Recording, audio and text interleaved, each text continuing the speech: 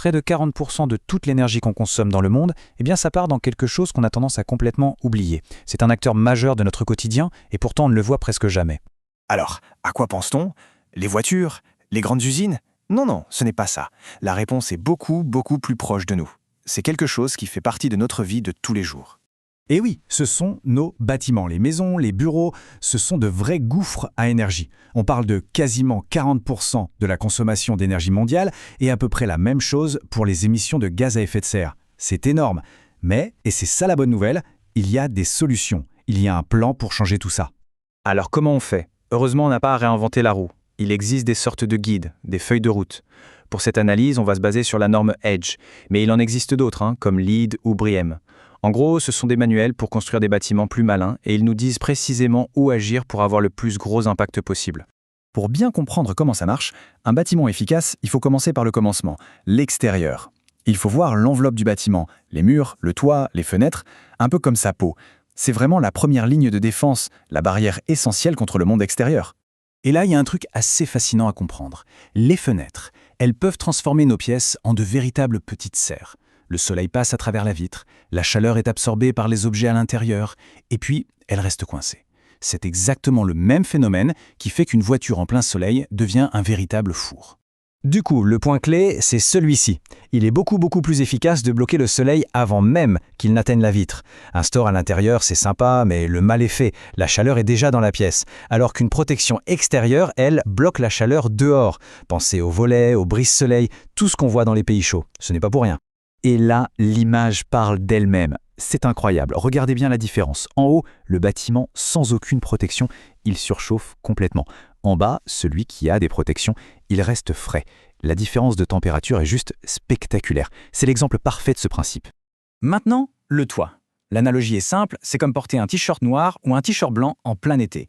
Le toit sombre, il absorbe la chaleur. Le toit clair, lui, la renvoie. Et cette simple différence de couleur qu'on mesure avec ce qu'on appelle l'indice de réflectance solaire, ça peut non seulement refroidir un bâtiment, mais ça peut même aider à réduire l'effet d'îlot de chaleur sur une ville entière. Évidemment, impossible de ne pas parler de l'isolation. C'est la doudoune du bâtiment en quelque sorte. Que ce soit dans les murs, le toit ou même le sol, une bonne isolation empêche la chaleur de rentrer l'été et l'empêche de sortir l'hiver. Résultat, on a beaucoup moins besoin de chauffer ou de climatiser. Et enfin, il y a le dernier élément qu'on a tendance à sous-estimer, les fuites d'air. Tous ces petits trous invisibles autour des fenêtres, des gaines, on se dit que c'est rien. Mais en fait, si on les additionne tous, c'est comme si on laissait une fenêtre ouverte en permanence. Et ça force les systèmes de chauffage et de clim à tourner à plein régime pour rien.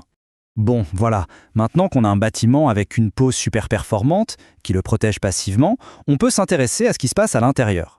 On va aller voir au cœur de la machine, là où sont les organes qui, eux, consomment activement de l'énergie.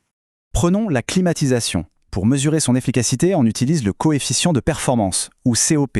L'idée est toute simple. Pour une unité d'électricité consommée, combien d'unités de froid est-ce qu'on produit? Par exemple, un COP de 3, ça veut dire que pour 1 kW d'électricité, on génère 3 kW de froid. C'est donc 3 fois plus efficace.